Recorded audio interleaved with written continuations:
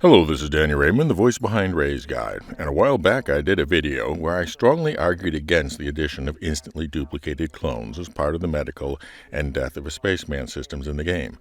Very briefly, I said that there are solid sci-fi niches for clones, both as a scientific process and as a plot premise, but that the almost perfect insta-clones that CIG was describing was a cartoon clonomatic that not only disrupted the details mattered and minimal space magic path that CIG had been setting for years with Star Citizen, it created a big book of space magic saying that humans can be instantly duplicated, and that retconned everything in lore because every challenge that humanity faced had to be reevaluated to answer the question, why didn't they just create a whole bunch of clones to solve it?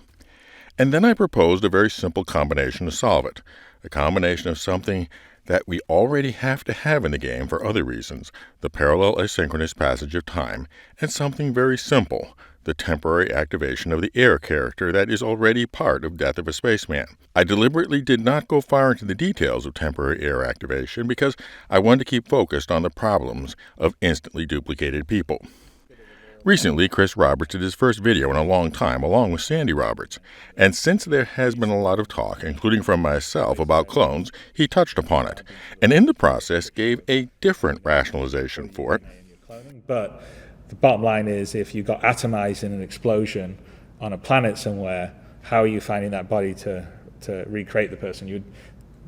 That just doesn't actually make much logical sense. So the kind of concept we would have is that you can only have so many times you can come back to life, which is basically... In other words, being blown to unrecoverable bits happens too often for it to result in activation of your permanent air. So instant clones will be necessary to give you a limited number of recoveries from being blown to unrecoverable bits before it will result in transfer to your permanent air. So there is a fundamental question behind this. How often, in the 30th century world of Star Citizen, will we truly be unable to have anything of ourselves to recover and heal from? Not simply far away or long because parallel asynchronous passage of time, but actually nothing to work from. If a reasonable case can be made for it being quite uncommon, then this new rationalization for clones goes away too. And remember that having your air activated permanently is not a horrendous thing. You keep most of your money, all of your ships, and most of your reputation. In other words, it's not that bad. So first, I'll talk about what quite reasonable advancements in 30th century protection technology would make it easier for them to find a recoverable body, and then look at some of the most common reasons why people presume that there would be no recovery, and whether that is a realistic presumption. And remember, the goal isn't to show that there would be a body recoverable by 21st century medicine, but a body recoverable by 30th century medicine. So if something I say has you respond with, yeah, well, they would be able to recover you, but no way they could revive you. Remember, 30th century medicine. Medicine that has evolved at least as much from today as today's medicine has evolved from the 1100s humors and leeches. So how would it be easier to find a recoverable body in the 30th century? Well, we already know that the mobiGlass, not that different from our current smartwatches, has an effective vital signs monitor. Now, in current medicine, putting a patient into an induced coma is a common technique to give doctors time to work and to give the body time to heal. Now, what if your mobiGlass had the ability to put you in a medically induced coma for exactly the same reason? It's a very reasonable feature to add because anything that prevents you from dying is generally pretty popular with consumers. The feature would be automatic in extreme cases, but under user control in less extreme cases. So the description of you waiting to see if your friends will rescue you is simply not activating the medically induced coma feature, and giving up on their rescuing you is allowing the medically induced coma feature to activate. Incidentally, that also takes the fact that you blacked out and woke up in the hospital with no sense of the passage of time from being hand-wavium to whatever the opposite of hand-wavium is. Obviously, you were in a coma. Of course you blacked out and there was no sensation of the passage of time. That's what a coma is. And if your friends do come to you, they will find an inert but not dead version of you also goes from hand-wavium to obviously because, well, coma. And why can't they just wake you up? Because reversing a medically induced coma is something you wouldn't want to happen any place but in a hospital. And with the induced coma, the mobiGlass would also start a locator beacon because, of course, you would. So right there we have a greatly increased chances of there still being a viable body that could still be found by searchers. So let's continue with some of the ways that people presume that you would be blown to irrecoverable bits. The most common ones I have heard given as examples are 1. Fall into the sun, 2. Your ship has a catastrophic explosion, and 3. Headshots. Of course, there are more, but I don't want to make this an hour-long video. And again, the idea isn't to prove that being unrecoverably destroyed is impossible, only to say that it is rare enough to not need to give you 5 reoccurrences with instant clones. So 1. Fall into the sun. Recently, a group of Star Citizen players tried to reach the surface of Stanton in something they called Project Icarus. It took 22 days of planned, coordinated effort by the group. So no, you are not going to be accidentally falling into the sun. Full stop. But even if you started to, you would die from heat and radiation long before arriving at the surface.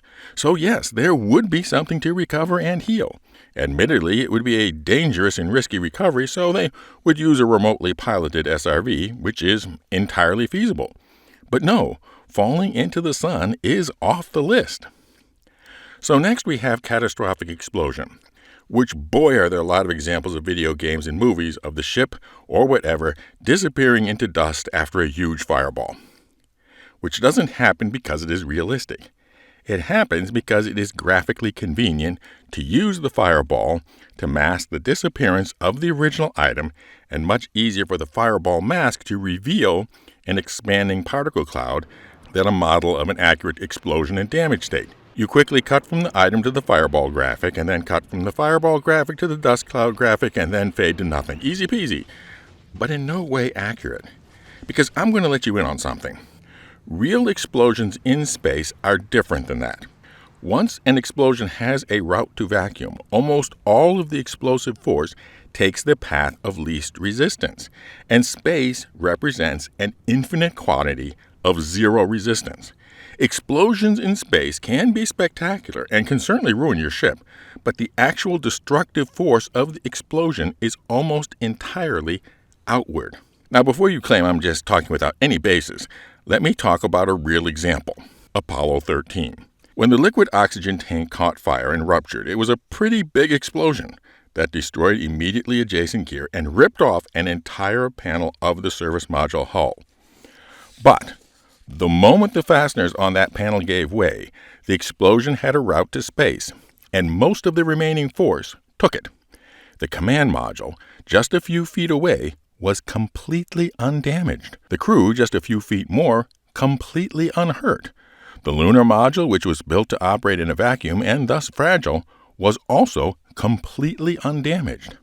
Even where there is a fireball and in the atmosphere, like the Challenger disaster, note that the crew survived this part of the disaster and only died when their crew compartment hit the ocean at terminal velocity.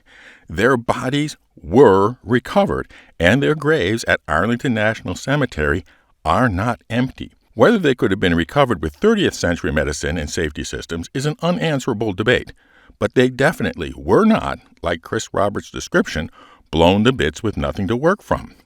So ship explosions is off the list. Which brings up headshots. Having a headshot be auto-instant death is a gimmick of FPS games in order to reward aiming over spray and pray shooting. That is all. In the real world, there are all sorts of recoveries from gunshots to the head and face. If disturbing the head was an automatically fatal thing, then brain surgery would not exist as a medical discipline at all. And again, this is a myth perpetuated by movies because you can't actually show your actors getting shot. So you put a bag of red goo made to look like the actor's head on a dummy, put a charge inside it, and have a quick cut to the goo-filled bag exploding, and then cut to bits of red goo being splattered all over the other actors. Ta-da! Yes, there are guns that can cut you in half, but there is still something that 30th century medicine could recover and work from. Actually, 2 somethings. And there are really big explosions. But even really big explosions don't usually vaporize you like the movies pretend. Even in our current 21st century warfare, the number of times that there is truly nothing to identify and recover from is vanishingly small. The total number of U.S. missing in action in Iraq, both Desert Storm and Iraqi Freedom, is just 5. Now, since I don't want to create an hour-long video, I'm going to stop here. I'm sure that you're already thinking of even more unbelievably destructive ways for your character to die, but as you do so, ask how likely is that going to happen? Because unless the answer is often, there really isn't any reason to give you 5 free goes at it with instant clones. And yes, certainly players are going to occasionally get a perverse streak and try to record the most utterly spectacular ways to destroy themselves, just for the lulz. But you don't have to reward that with 5 free instant clones. Let's just let the heir have a hilarious bar story about how his ancestor died and how he inherited all his money and ships. And speaking of getting ships, time to talk about the Help the Channel Get Monetized giveaway. As of recording, we are 89% towards the subscriber goal and 35% towards the watch hour goal for triggering the giveaway of your choice of either the RSI Scorpius Sub-Heavy Fighter or the Gatac Raylan Xeon Armed Transport. To enter, be a subscriber and comment somehow including the secret word. And the secret word for this video is the opposite of handwavium. Don't worry about the spelling, I sure won't. Fly safe, keep it real, and I'll see you in the verse. This is Daniel Raymond for Ray's Guide.